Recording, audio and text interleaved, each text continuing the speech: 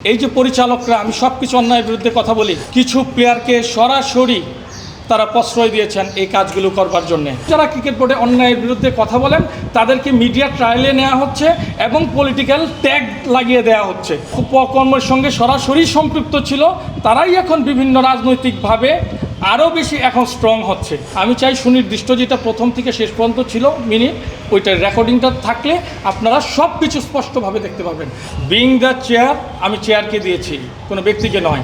আর স্পষ্টভাবে বলি, ফারুক আহমেদ দায়িত্ব নেওয়ার পরে আপনার প্রতিটি গণমাধ্যমে দেখবেন, সব কিছু দেখবেন। আমার কাছে মনে হয়েছে ফারুক আহমেদ এখন পর্যন্ত ব্যক্তি সততার পরিচয় উনি দিচ্ছেন এবং উনি কাজ করার চেষ্টা কিন্তু করছেন। আমি আগেও বলেছি, এবং সামনে নির্বাচনকে কেন্দ্র করে অনেক অস্থির পরিবেশ তৈরি হচ্ছে। এক একজন কিছু কাউন্সিলর, অনেকগুলো কাউন্সিলর আমরা দেখতে পাচ্ছি জিম্মি করে রাখা হচ্ছে। এগুলোকে কেন্দ্র করে অনেক কিছু হচ্ছে। বর্তমানে যারা পরিচালনা পর্ষদে আছেন তারা পরবর্তী নির্বাচনকে প্রভাবিত করবার জন্য এবং যারা ক্রিকেট বোর্ডে অন্যায়ের বিরুদ্ধে কথা বলেন তাদেরকে মিডিয়া ট্রায়ালে নেওয়া হচ্ছে এবং পলিটিক্যাল ট্যাগ লাগিয়ে দেওয়া হচ্ছে। যারা জুলাই বিপ্লব একটা ফেসবুকে স্ট্যাটাস দেন, যেসব সংগঠকরা, পরিচালকরা যারা এই অপকর্মের সঙ্গে সরাসরি সম্পৃক্ত ছিল তারাই এখন বিভিন্ন রাজনৈতিকভাবে আরও বেশি এখন স্ট্রং হচ্ছে বিভিন্নভাবে। তারা, আপনারা দেখতে পাচ্ছেন গণমাধ্যমে বিভিন্ন প্রোগ্রামে যাচ্ছে, সব কিছু যাচ্ছে, অথচ তারা গত 17 বছরে গণভবন, ক্রিকেট বোর্ড, ওইসব জায়গায় কিন্তু ম্যাক্সিমাম সময় ছিলেন। এখন তারা অন্য ভবনের দিকে যাওয়ার চেষ্টা করছেন। আমি নির্বাচিত সাধারণ সম্পাদক, এই জায়গায় কিন্তু ইলেকশন হয়েছিল। এই মাঠেই যখন কয়েকজন সাবেক ক্রিকেটার এবং বর্তমান ক্রিকেটার 30-40-45 জন তারা নতুন কমিটি দেখতে চায়, আমি সঙ্গে সঙ্গে রাজি হয়ে গেছি। এখানেও কিন্তু এই যে পরিচালকরা, আমি সব কিছু অন্যায়ের বিরুদ্ধে কথা বলি, পরিচালকরা কিছু প্লেয়ারকে সরাসরি তারা প্রশ্রয় দিয়েছেন এই কাজগুলো করবার জন্যে। আজকে যে বাংলাদেশ ক্রিকেটটা যেই জায়গায় এসে দাঁড়িয়েছে, টেস্ট স্ট্যাটাস পাইছি 2000 সালে, আজকে 25 সাল, 2 যুগের বেশি হয়ে গেছি। আমরা তো এই জিম্বাবুয়ের সঙ্গেই খেলতেছি, রাইট?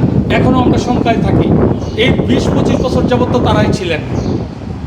ফারুক আহমেদ তো আমাদের সম্মানিত সভাপতি, মাত্র 6 মাস, 7 মাস, 8 মাস হয়েছে দায়িত্ব নিয়েছেন।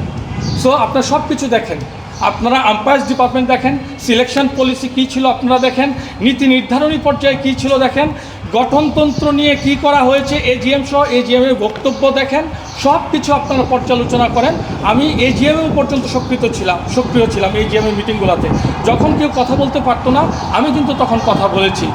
আমার এগ্রেসিভনেস নিয়ে মনে হয় ওই চিঠিতে বলা হয়েছে। আমার এগ্রেসিভনেস যতটুকু ছিল, আমি মিটিংয়ের সময় আমার রিঙ্গারটা অফ ছিল, কিন্তু আমার বাসা থেকে আমার পারিবারিক একটা খুব জরুরি ফোন আসছিল।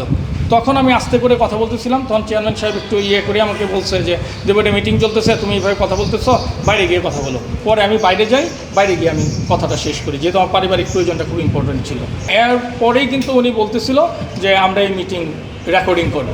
এখন কী কারণে আমি জানি না, ক্রিকেট বোর্ডের কোনো মিটিং রেকর্ড হয় কিনা, শুধুমাত্র এই জিএম রেকর্ডিং হয়। ক্রিকেট বোর্ডের এই মিটিংয়ে অডিও ক্লিপ থাকে কিনা জানি না, কিন্তু এই মিটিংয়ে প্রথম থেকে শেষ পর্যন্ত অডিও ক্লিপ ছিল।